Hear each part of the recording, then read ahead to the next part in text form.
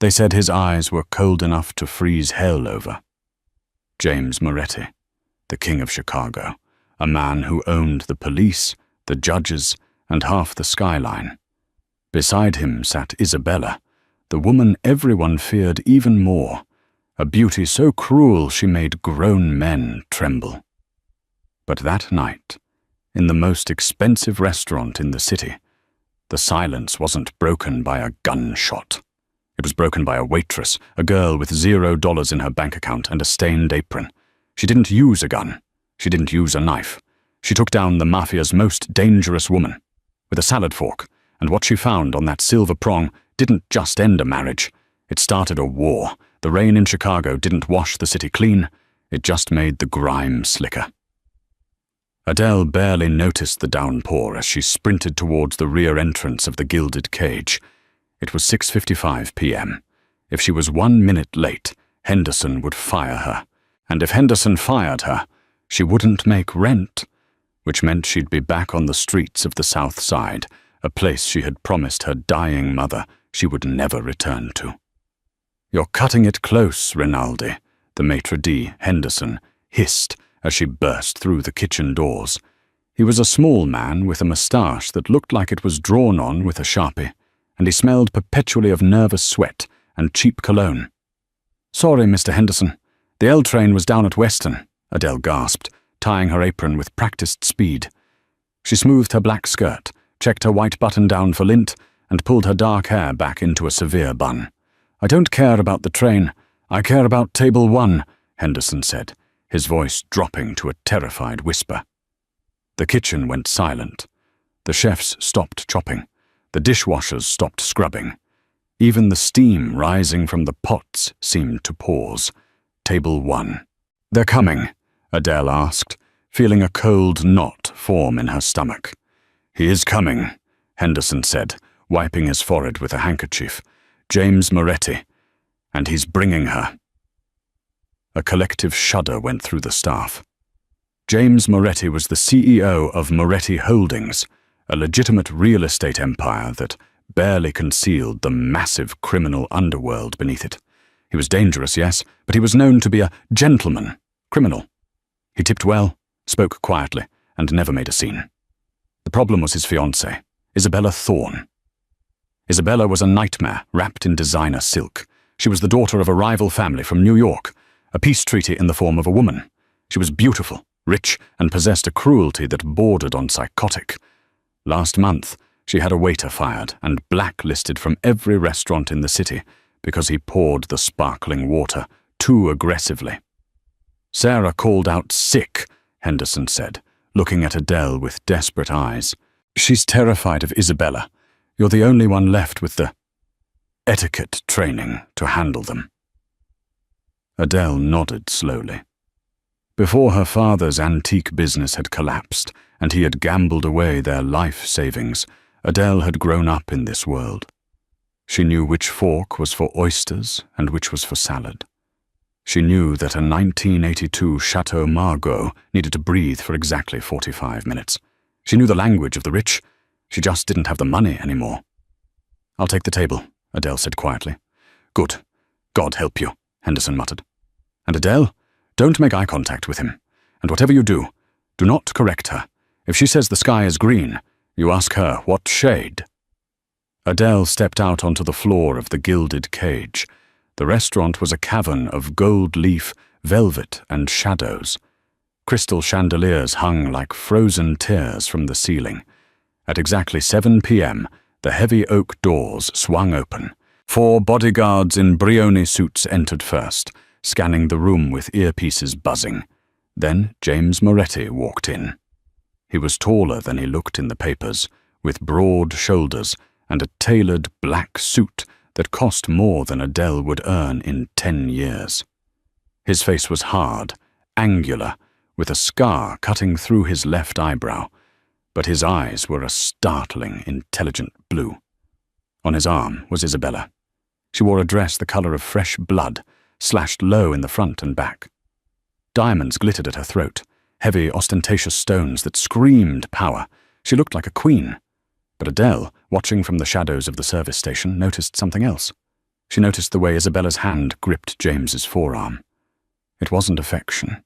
It was possession. And her eyes weren't looking at him. They were scanning the room, looking for prey.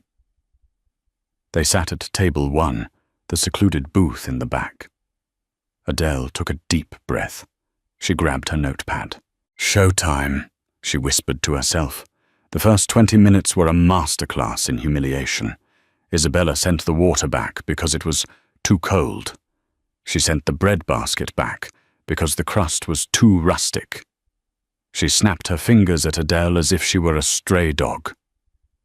James sat in silence, scrolling through something on a secure tablet. He seemed bored, or perhaps just resigned. He barely looked at Isabella, and he hadn't looked at Adele once. "Excuse me," Isabella said, her voice like shattered glass. She held up her wine glass. "I ordered the 96 Barolo. This tastes like vinegar. Did you pour me the house red, you little scam artist?" Adele froze. She had opened the bottle herself at the table. It was a $4,000 bottle. "I assure you, Signorina Thorne, that is the Barolo," Adele said, keeping her voice even. "I can bring the cork for your inspection." Isabella laughed, a harsh, tinny sound. "The cork? You think I want to see a piece of trash? Take it away. Bring me another bottle. And if this one is spoiled, I'll have your job." "Isabella," James said. His voice was a low rumble, deep and smooth. He didn't look up from his tablet. "The wine is fine. Stop." Isabella's eyes narrowed. She turned her venom from Adele to James. "Oh, you're defending the help now, James. Is she your type? She looks like a drowned rat." Adele bit the inside of her cheek so hard she tasted copper. She took the glass. "I will decant a fresh bottle immediately, ma'am." As Adele turned to leave, Isabella, accidentally, knocked her clutch purse off the table. It hit the floor, spilling lipstick and a compact mirror. "Oops," Isabella smirked. "Pick it up." Adele paused. She was a waitress, not a personal servant. But she needed this job. She needed the tips. She crouched down, gathering the items. As she reached for a silver tube of lipstick, Isabella's high heel came down, stomping on Adele's hand. Adele gasped, yanking her hand back. Pain shot through her fingers. "Clumsy," Isabella sneered. James finally looked up. He set the tablet down. His blue eyes locked onto Isabella, then shifted to Adele, who was cradling her throbbing hand. For a second, Adele saw something flicker in his gaze. Not pity. Anger. "Are you all right?" James asked Adele. It was the first time he had spoken to her. "I'm fine, sir," Adele said, standing up quickly, hiding her trembling hand behind her apron. "I'll get the wine." She retreated to the kitchen, her heart hammering against her ribs. Her fingers were red and swelling. "She's a monster," Henderson whispered, watching from the pass. "Just get through the main course, Adele. Just the main course." Adele took a deep breath. She had studied chemistry in college before her father's scandal ruined them. She knew how to analyze things. She knew how to look at details. And as she replayed the interaction in her head, something felt off. Isabella was acting terrified. Yes, she was bullying Adele. But underneath the cruelty, Isabella's hands were shaking. She was sweating through her heavy makeup. She kept checking her watch. She wasn't just being a diva. She was stalling. She was trying to distract James. Why? Adele picked up the tray for the main course. James had ordered the filet mignon, rare. Isabella had ordered the sea bass. Adele walked back out. She approached the table with the grace of a tightrope walker. "Your entrees," Adele said, placing the plates down. "Finally," Isabella huffed. She picked up her fork, and that's when Adele saw it. It was a small detail, a tiny, almost invisible detail. But to a girl who had spent her childhood in antique shops analyzing silver hallmarks, it was as loud as a siren. Isabella wasn't eating. She was holding her fork in her left hand, but she wasn't bringing food to her mouth. She was using the tines of the fork to scratch something onto the side of her wine glass.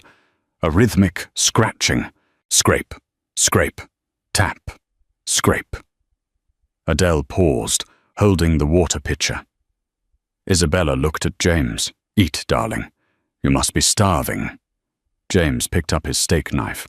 "I'm not hungry." "Please," Isabella pushed, her voice taking on a frantic edge. "The chef prepared it, specially. Just one bite." James looked at her, suspicious. "Why are you so eager for me to eat, Bella?"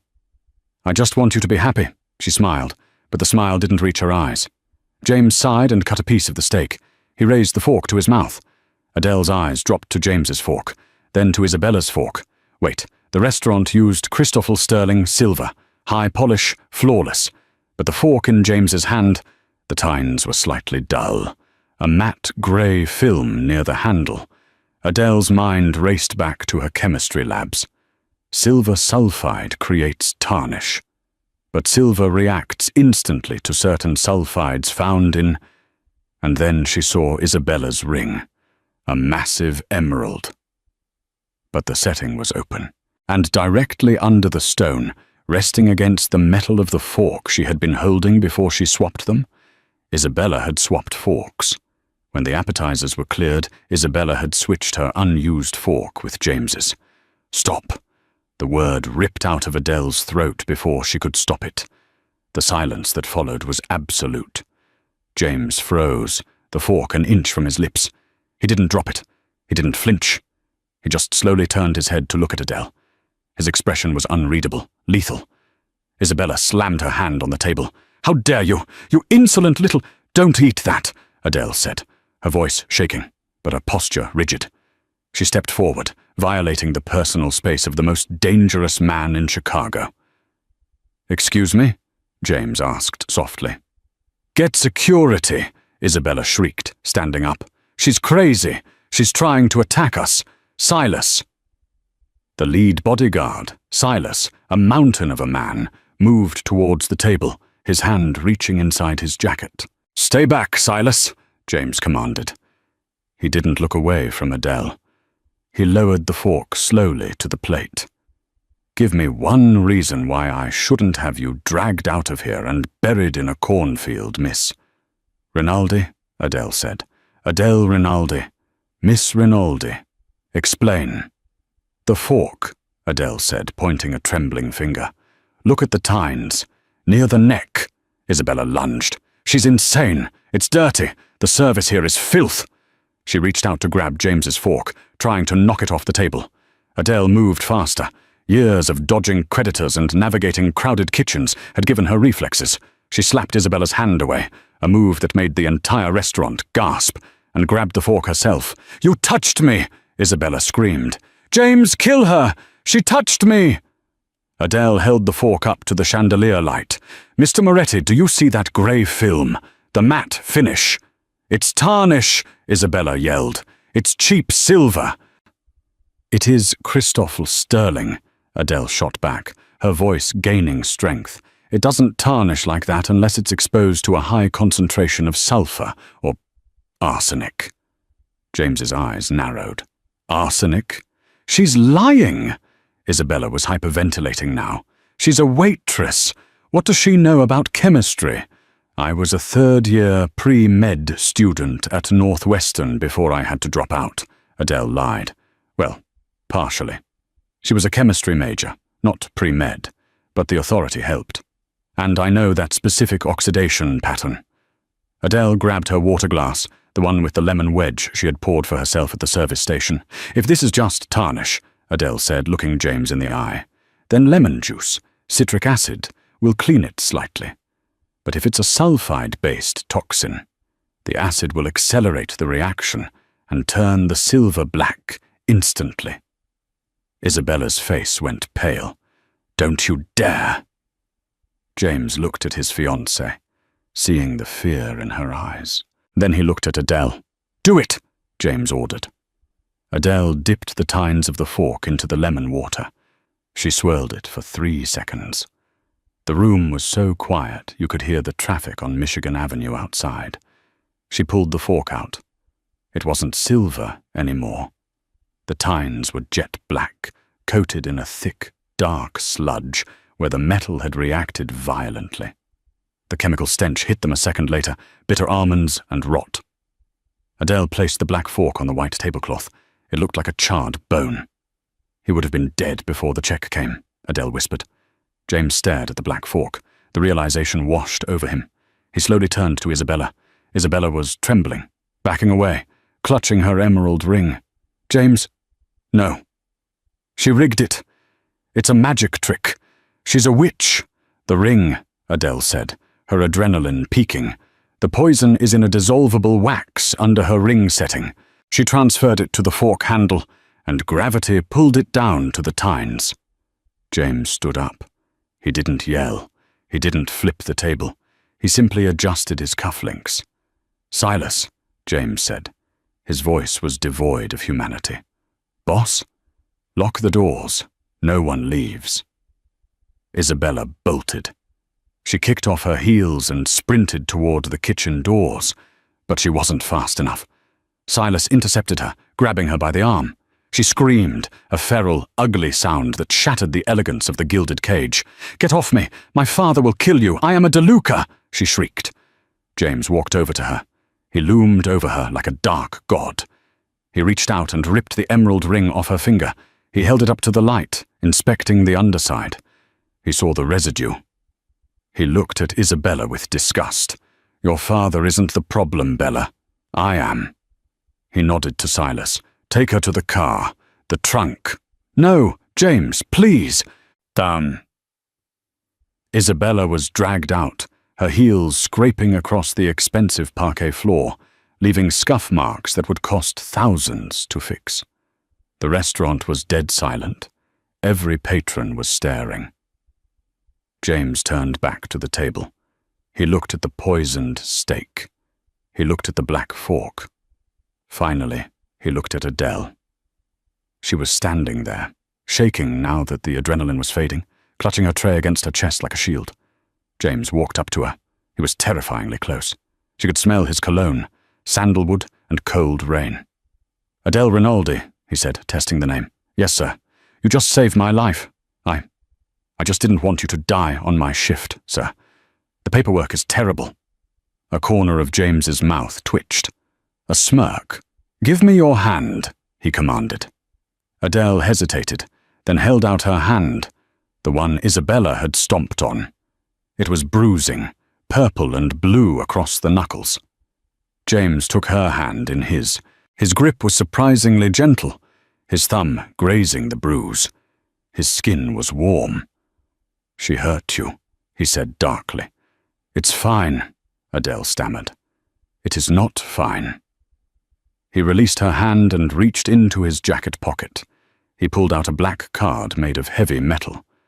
"I don't carry cash, but this restaurant, who owns it?" "Mr. Henderson keeps the books, but the ownership is a holding company," Adele whispered, confused.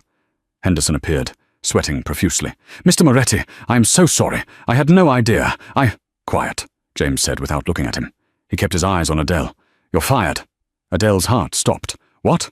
"You're fired," James repeated. "You're too smart to be serving steaks to idiots." "But I need this job," Adele said, tears stinging her eyes. "You don't understand. I have debts." "Not anymore," James said. He turned to Henderson. "I'm buying the building. As of this second, I own the gilded cage." Henderson's jaw dropped. "Sir?" "And my first act as owner," James said, turning back to Adele, "is to promote you." "To what?" Adele asked, breathless. James leaned in, his blue eyes piercing her soul. "My personal taster. And my consultant." "I don't want to be part of your world, Mr. Moretti," Adele said, finding a backbone she didn't know she had. "I know who you are. I know what you do." James smiled then. It was a real smile, dangerous and charming. "You just saved the capo of the Chicago outfit, using high school chemistry and a salad fork, Adele. You're already part of my world." He turned to walk away, then stopped. "Be outside in 5 minutes. Silas will drive you home. Pack a bag." "Pack a bag?" Adele called out. "You're a target now, Adele," James said over his shoulder. "Isabella's family will want to know who ruined their coup. You're coming with me."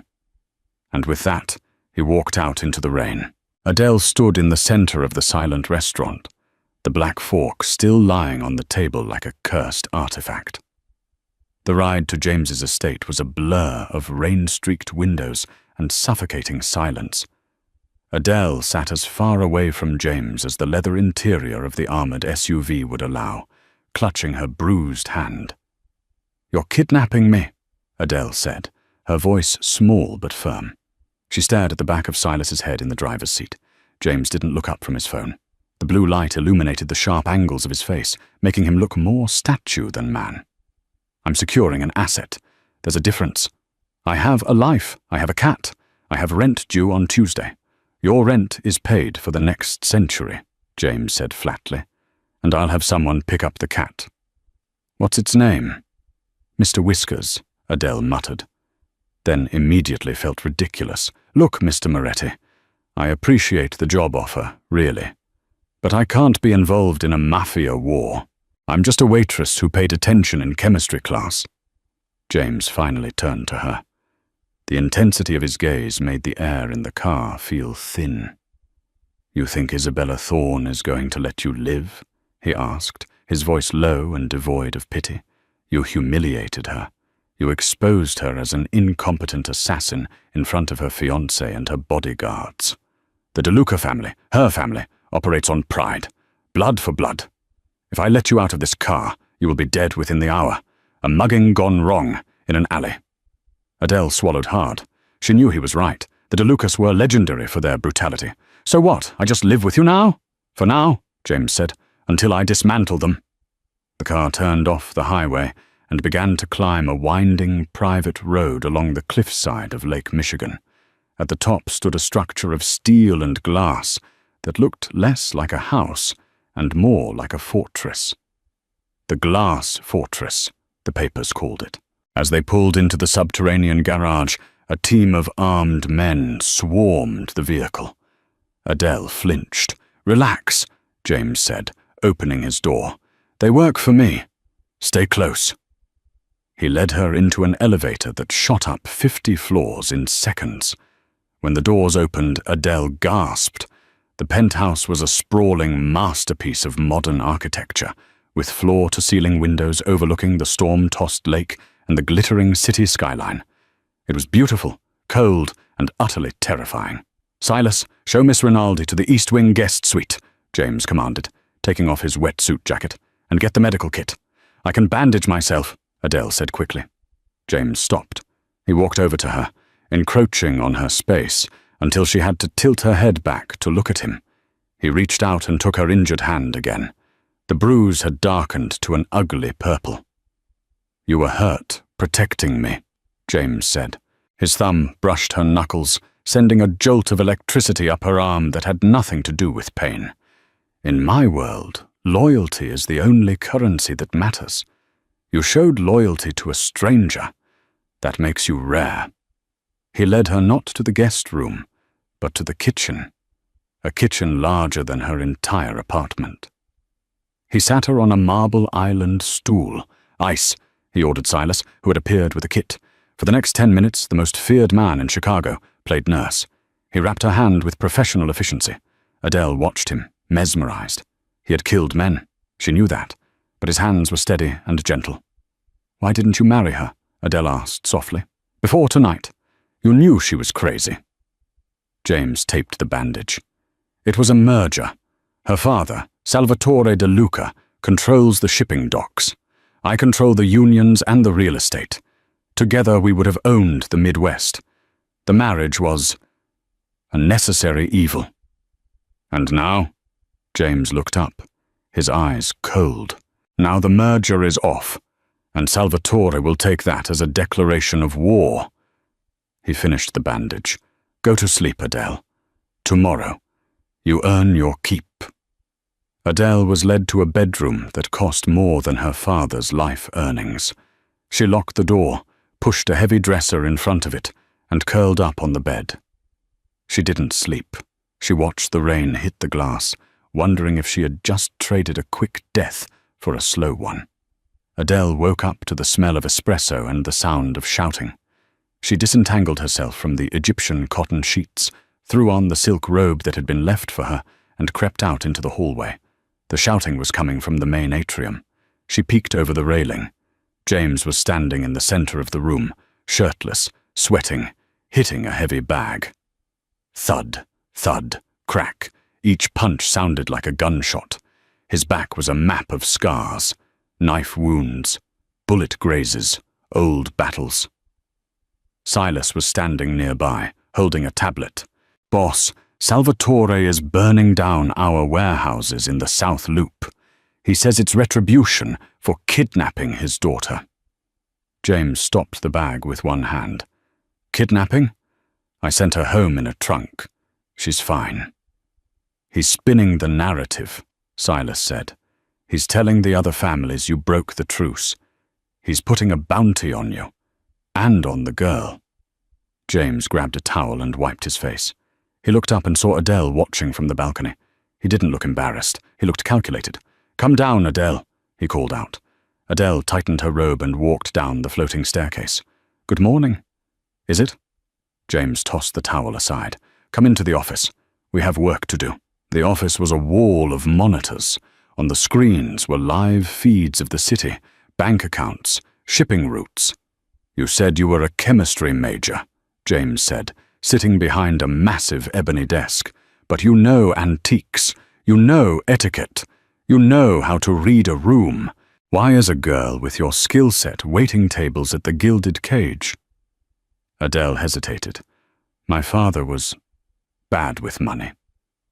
"Arthur Rinaldi," James said, pulling up a file on the screen. "Antique dealer, gambler, died 3 years ago of a heart attack. Left you with a debt of $250,000. Adele went cold. "How do you know that?" "I know everything," James said. "But here is the interesting part, Adele. Who held your father's debt?" "Some loan sharks. I pay them $2,000 a month just to keep the interest down." James tapped a key. A picture of a man appeared on the screen, a man with a thick neck and a cruel smile. "Luca Brasi," James said, "a lieutenant for the De Luca family. You've been paying Isabella's father for 3 years." Adele felt the room spin. "What?" "The De Lucas bled your father dry, drove him to his grave, and now they are bleeding you. You're a slave to the people who tried to poison me last night." Adele grabbed the edge of the desk. The anger that flared in her chest was hot and blinding. All those shifts, all those skipped meals, all the humiliation. It was all going to the same monsters. "I want them dead," Adele whispered. It wasn't a waitress speaking anymore. James leaned forward. "Good, because I bought your debt this morning." Adele blinked. You paid it?" "Every cent. You don't owe them anything anymore. You owe me." James stood up and walked around the desk. "But I don't want your money, Adele. I want your eyes." "My eyes?" "You saw the tarnish on the fork when I didn't," James said intently. "You noticed Isabella's nervousness when my trained guards didn't. You have an eye for detail that my men lack. They see guns and muscles. You see chemistry and psychology." He pointed to a stack of files on the table.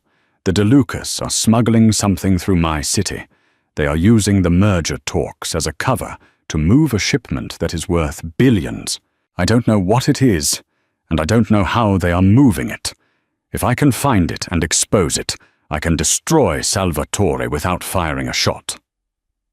I want you to go through their documents, find the anomaly, find the tarnished fork in their shipping manifest." Adele looked at the files. It was a mountain of paperwork. Invoices, bills of lading, chemical reports. "And if I find it," Adele asked, "then your debt to me is wiped clean, and I give you $1 million to start a new life anywhere in the world." Adele looked at the files, then at James. "Deal." She sat down and began to read.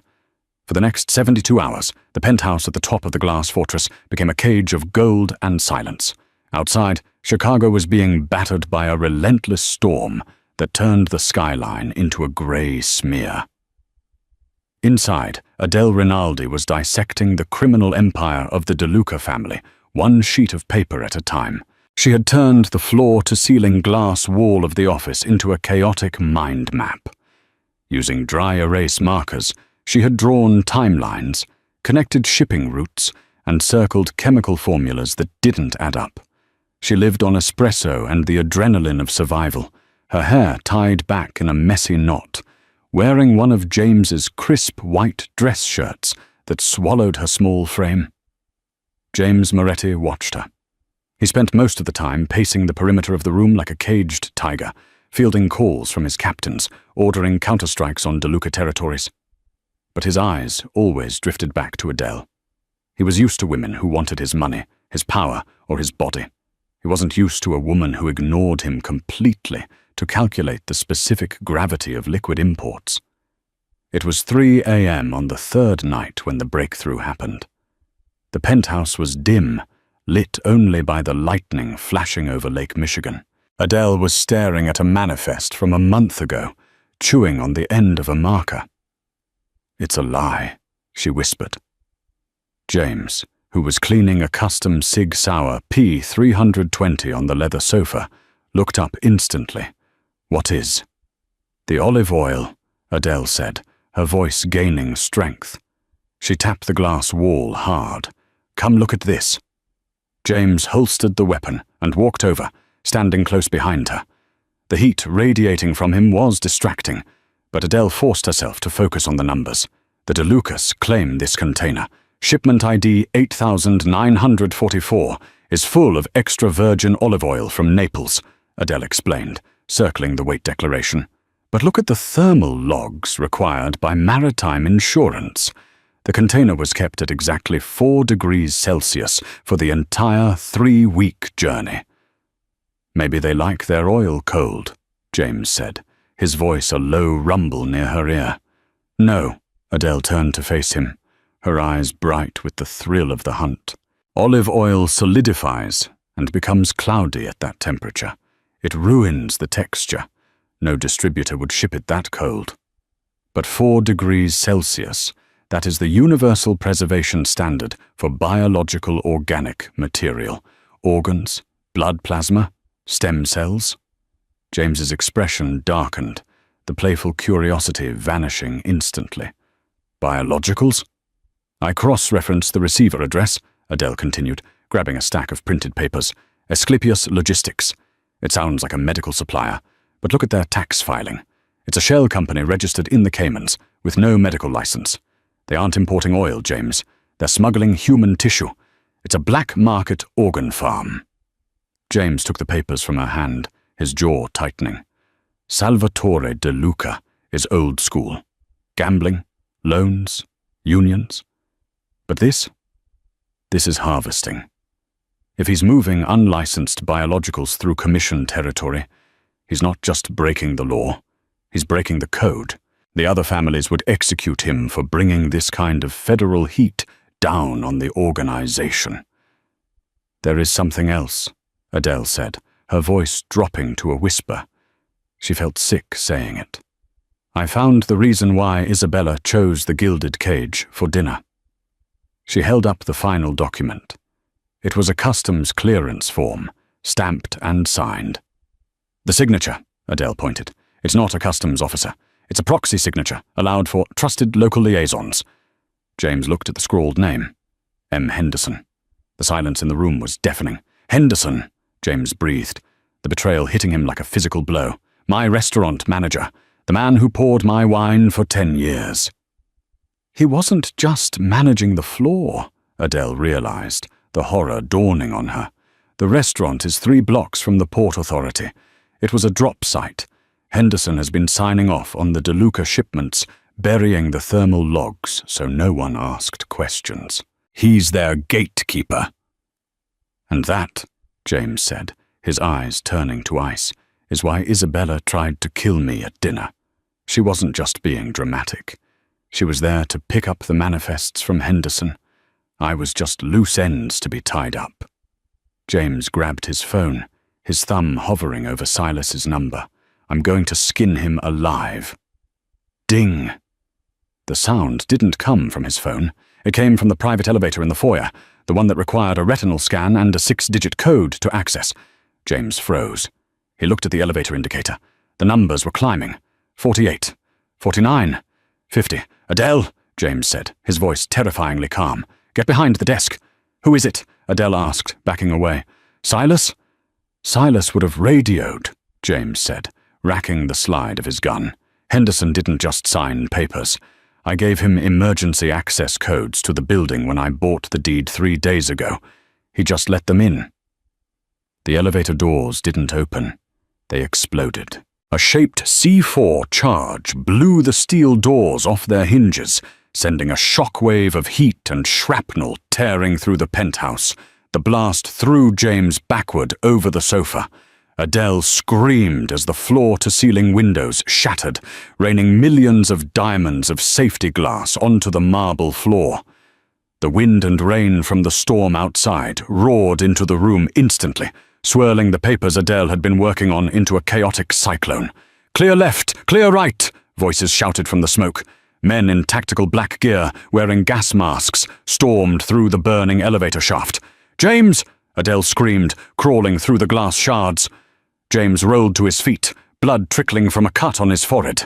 He fired 3 rounds blindly into the smoke. One attacker dropped, but suppression fire forced James to dive behind the heavy oak desk where Adele was cowering. Bullets chewed up the wood above their heads, sending splinters raining down on them. "We're pinned!" James yelled over the roar of automatic fire. "The panic room entrance is on the other side of the room. We can't make it. They're going to flank us!" Adele yelled, clutching his arm. She was shaking, but her mind was still racing, analyzing, calculating. "I have 1 magazine left," James growled. "I can take 2, maybe 3, but there are at least 6 of them." A grenade rolled across the floor, stopping 10 feet away. It was a flashbang. Bang! The white light was blinding, followed by a high-pitched ringing in their ears. James groaned, shaking his head to clear the disorientation. The footsteps were getting closer, heavy boots crunching on glass. Adele looked around desperately.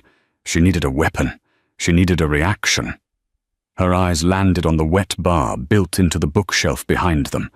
Specifically, a bottle of high-proof absinthe and a decorative, jagged piece of flint used as a paperweight.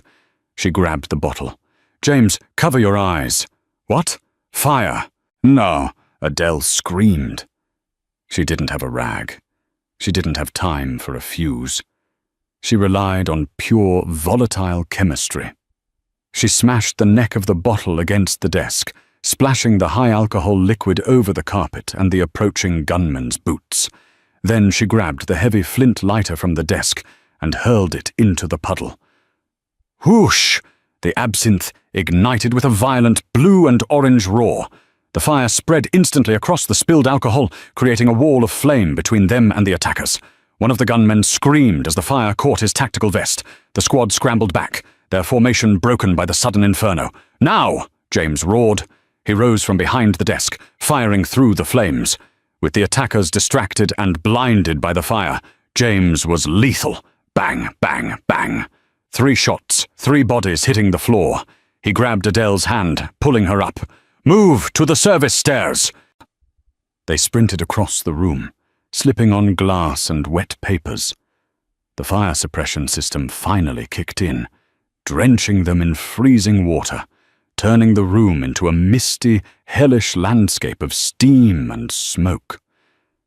They reached the heavy steel door of the stairwell. James punched in a code and shoved Adele through, slamming it shut and locking it behind them. He slumped against the door, sliding down to the floor, chest heaving. He looked at Adele. She was soaked, bleeding from small cuts on her arms, holding a broken bottle neck like a dagger. She looked terrifying. She looked magnificent. James started to laugh. It was a dark, jagged sound. "You set my office on fire. I created a thermal barrier," Adele panted, dropping the glass. "It was the only variable I could control." James reached out, grabbing the back of her neck and pulling her toward him. He kissed her hard, a collision of adrenaline and relief. Adele didn't pull away. She gripped his wet shirt, kissing him back with the same intensity. "You are absolutely insane, Adele Rinaldi," he whispered against her lips. "I learned from the best," she retorted, breathless. A crackle of static broke the moment. One of the dead mercenaries had a radio on his chest. James leaned over and ripped it off the body. "Target status?" a voice asked. It was a woman's voice, cultured, cruel, and unmistakable. James pressed the talk button, his eyes locking onto Adele's. "The target is coming for you, Bella," James said, his voice low and deadly. "And I'm bringing the waitress." He crushed the radio in his mechanical hand. "She's at the docks," Adele said, wiping water from her eyes. "She wants the shipment. If she gets those biologicals out of the city, she disappears with the money and leaves you with the blame." James stood up, pulling Adele with him. He checked his gun. Empty. He pulled a fresh magazine from his ankle holster. "Then we don't let her leave," James said. "We go to the docks. We find that container. And we end this." "The docks are a maze," Adele warned. "And it's their home turf." James opened the stairwell door, leading them down into the darkness. "It doesn't matter. They have guns. But I have you. And apparently, you're more dangerous than a bomb squad." "Only when the service is bad," Adele quipped, though her hands were shaking. Together they descended into the dark, ready to walk straight into the heart of the enemy's stronghold. The Chicago docks at 2 a.m. were a desolate landscape of rusted steel and deep shadows, smelling of diesel fumes and rotting fish. The storm had turned the shipping yard into a muddy maze. James's armored sedan, now driven by a grim-faced Silas, drifted silently between towering stacks of shipping containers. "We're looking for Section G, Row 4, Adele said, her eyes glued to the stolen manifest on James's phone. The blue light illuminated her face, which was smudged with soot from the penthouse fire. "Container number MSCU 98,234. That's the primary refrigerated unit." James checked the magazine of his fresh pistol. "You're sure this is the one?" "The chemical signature matches the power draw," Adele said, tapping the screen. "It's drawing 3 times the power of a standard reefer unit. Whatever is inside needs to be kept very, very cold." "Park here," James told Silas. They were 50 yards from row 4. The rain was coming down harder now, stinging their faces as they exited the car. James moved with the silent lethality of a predator, signaling Adele to stay close behind him. They wove through the metal canyons. They found row 4. A generator hummed loudly nearby, powering a line of white refrigerated containers. "That's it," Adele whispered, pointing to the container at the end. The serial number matched. James approached the heavy locking mechanism. "It's sealed with a biometric lock. DeLuca Tech." "Let me see," Adele said, pushing past him. She examined the digital padlock. "It's not just biometric. It has a redundant chemical sniffer. If I try to drill it, it releases a corrosive gas." "Can you bypass it?" James asked, scanning the perimeter. Adele bit her lip, her mind racing back to organic chemistry labs. "The sniffers are usually calibrated to detect nitrates from explosives or heat from torches. If I use something supercooled, I might be able to freeze the sensor before it triggers." She looked around desperately. Her eyes landed on a small drainage valve at the bottom of the refrigeration unit itself. "Give me your knife," she demanded. James handed her a combat knife without hesitation. Adele knelt in the mud. She used the tip of the knife to loosen the valve on the container's coolant line. A hiss of pressurized gas escaped, liquid nitrogen and ammonia coolant. "Careful," James warned. "That will burn your skin off." Using the sleeve of James's oversized shirt as protection, Adele directed the jet of freezing gas directly onto the biometric lock. The metal groaned and turned frosted white. The digital screen flickered and died. Adele smashed the frozen lock with the hilt of the knife. It shattered like glass. James pulled the heavy lever and swung the doors open. A cloud of freezing fog rolled out. When it cleared, they saw the interior. It wasn't olive oil. It looked like a high-tech mobile laboratory. Rows of stainless steel tanks with glass viewports lined the walls, all bubbling with a translucent blue liquid. Inside the liquid, suspended in stasis, were dozens of undeniable shapes. Human shapes. Fetuses. Adele clapped a hand over her mouth, gagging. "Oh my God! What are they doing?" James stepped inside, his face a mask of pure fury. He looked at a clipboard hanging near the door. "Illegal stem cell harvesting," James spat. "They aren't just smuggling biologicals. They're running a black market farm, selling harvested tissues to unlicensed research labs overseas. This is repulsive even for Salvatore. If the Commission finds out about this," Adele whispered, horrified, "they won't just kill him. They'll erase his entire bloodline." "Exactly," James said coldly. "We don't need to blow it up. We just need to open the doors and let the city see it." Click! High-powered floodlights suddenly bathed the alley in blinding white light. "A noble sentiment, James," Isabella's voice echoed through the metallic canyon. "But I'm afraid the tour is over." James and Adele spun around. Standing at the end of the row, flanked by 6 armed guards, was Isabella. She was wearing a white trench coat, pristine despite the weather, holding a large-caliber revolver. Next to her stood Henderson, looking terrified and holding a briefcase. "Oh, you are a difficult man to kill, darling." Isabella smiled, but her eyes were manic. "You're sloppy, Bella," James said, stepping in front of Adele. "Poison? A frontal assault on my home? You're desperate." "I won!" Isabella shrieked, her composure cracking. "I took your territory. I have the shipment." "You have nothing," James replied calmly. "You're standing in front of evidence that will get your father executed by his own allies. You think the other families want this kind of heat? Trafficking human experimentation?" Isabella laughed, a shrill sound that grated against the metal containers. "Who's going to tell them? You? The waitress?" She pointed the gun at Adele. "You ruined everything, you little charity case. You should have just served the damn steak." "Henderson," James called out, ignoring Isabella. "You betrayed me for her. She's going to kill you the second you hand over that briefcase." Henderson flinched. He looked at Isabella nervously. "Miss Thorne, the arrangement was—" "Shut up, you spineless worm," Isabella snapped. "Adele," James murmured, barely moving his lips. "When the shooting starts, drop and roll under the container." "What?" Adele whispered back. "Now!" James roared. He didn't draw his gun. Instead, he kicked a metal drum standing near them. It was full of rainwater and oil residue. It went flying toward Isabella's men. As the guards instinctively dodged, James drew his weapon and fired 3 rapid shots.